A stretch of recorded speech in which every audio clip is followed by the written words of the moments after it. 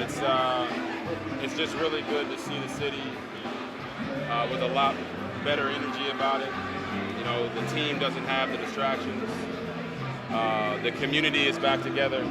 You know, I remember like it was yesterday, 2012, when Alfred Morris ran for what felt like 5,000 yards against the Dallas Cowboys in a winner-go-home game at the end of the season, and I never felt FedEx rock more than that day.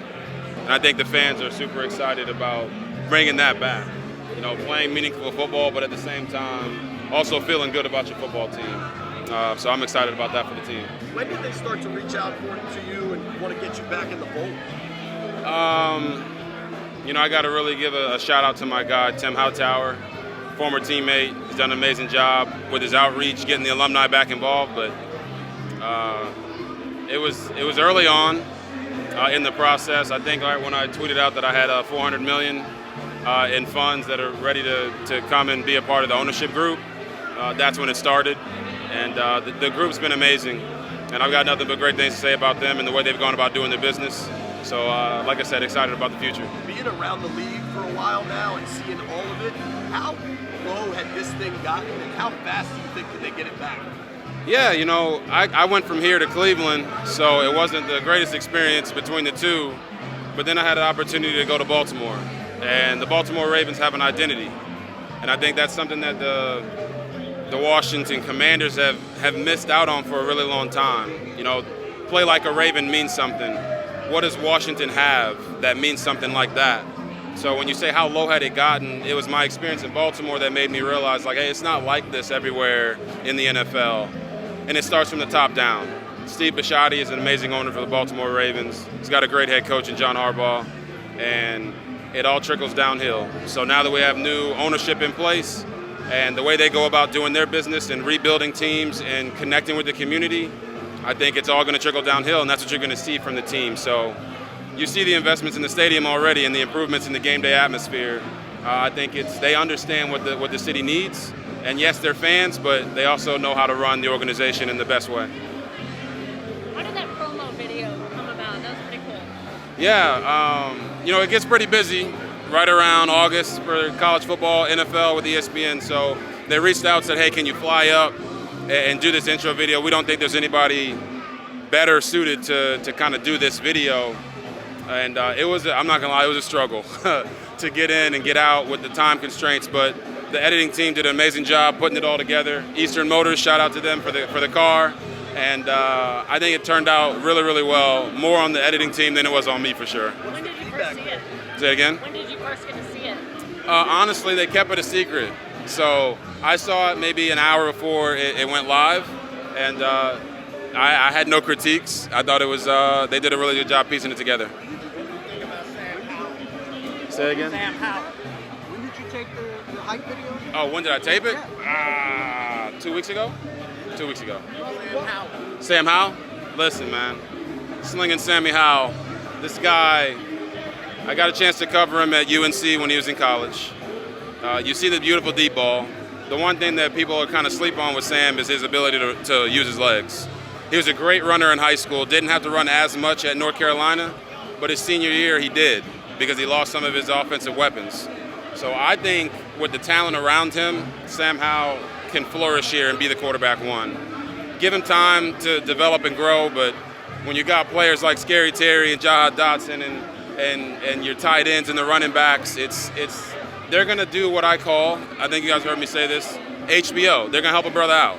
He's going to have an unbelievable unit around him. The defense is going to be strong. The defensive line is really playing to their potential now. So I think he just has to steer the ship, and don't be afraid to be Sam Howell. Don't try to be anybody else. Have you talked so much? What were your emotions like when you came through the door in this role? Say it again. What were your emotions like when you came through the door in this sort of a role? Oh, man, just gratitude, you know, grateful. I think there's a reason that a lot of alumni stayed away, and we don't have to talk about that anymore. But now it's a fresh start, and to be able to come here today and see the reaction from the fans and talk to you guys again, which I hadn't talked to you guys in a while, it feels like. Just really grateful to be back, and get a chance to be a part of a team and a winning organization in this new role for me, obviously in TV, but also just being a supporter. Is this your first time back in the stadium since your playing days? Yeah.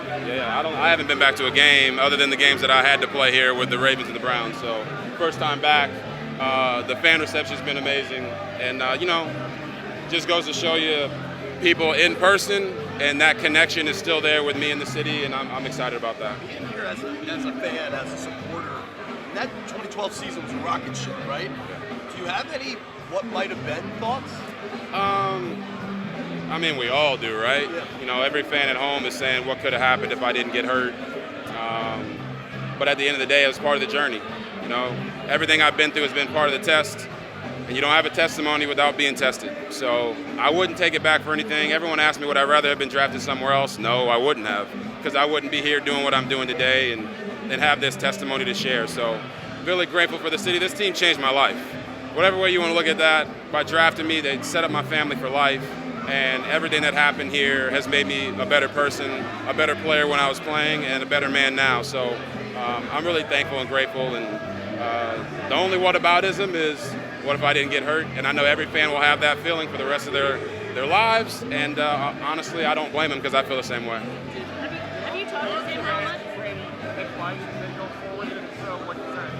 Talking about the ownership group? Did they ask you for any kind of thoughts or advice about how to what to do? No, I mean, obviously, like raising funds, you wanna do that when you're trying to buy a team for $6 billion. But as far as advice goes, I mean, these guys are phenomenal. Josh Harris has rebuilt many organizations and in multiple sports. Magic Johnson's like, what, a 75-time world champion? So, I mean, Magic's been great. He's been a great mentor for me as well. Just being able to go under his wing and see all the things that he does and the way that he carries himself. It's been fun and enjoyable experience for me, just getting to know them. And like I said, I'm just here to try to help and aid the team in whatever way possible. They don't need advice from me. You know what I mean? I'm a 33-year-old kid. These are grown men with a lot more money than I have, and I'm just trying to be an asset. You have this unique perspective where you play relationship with past ownership, relationship with the alums. I just wonder what you think is possible going forward. Man, I'm not the only guy that's been brought back when you talk about alums. Champ Bailey's back, Rigo's back. This is becoming a more inclusive environment for all the players to come back and feel comfortable being back. I know I talked to many alumni, and they just didn't feel comfortable coming back to games and supporting the team in any kind of way because of everything that had happened, whether it was individually, like myself, or it was just with the team and all the things that were going on. So when you talk about that, the fact that they've been so great at kind of offering the olive branch to bring everyone back, it just kind of shows you how they're going to embrace the community, how they're going to embrace this team, and what they know they have to do.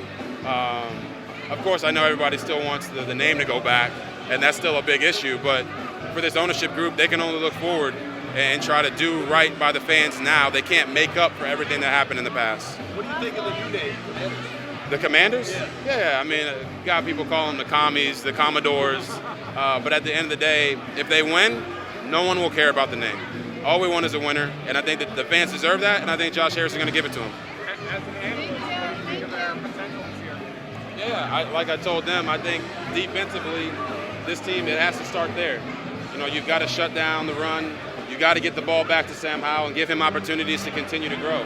You don't ever want to be down in the game 21-0 and asking Sam Howell to go throw the ball 45 times. So I think it's big on the defense to make sure they show up just like they did last year, be a top 5 defense, and Sam's going to get the ball to his guys. They're too talented not to allow him to do that, and I think you'll see some fireworks with him running the football. That'll, bring back old memories for a lot of people, but at the same time, he'll be playing winning football. So I think the sky's the limit for this team. Are they better than the Eagles? Personnel-wise, no. Are they better than the Cowboys? Yes. Right? But at the end of the day, this division is going to be a very tough one. I could see all 4 teams potentially being in contention when we get to December. And I think Sam Howell's going to shock a lot of people.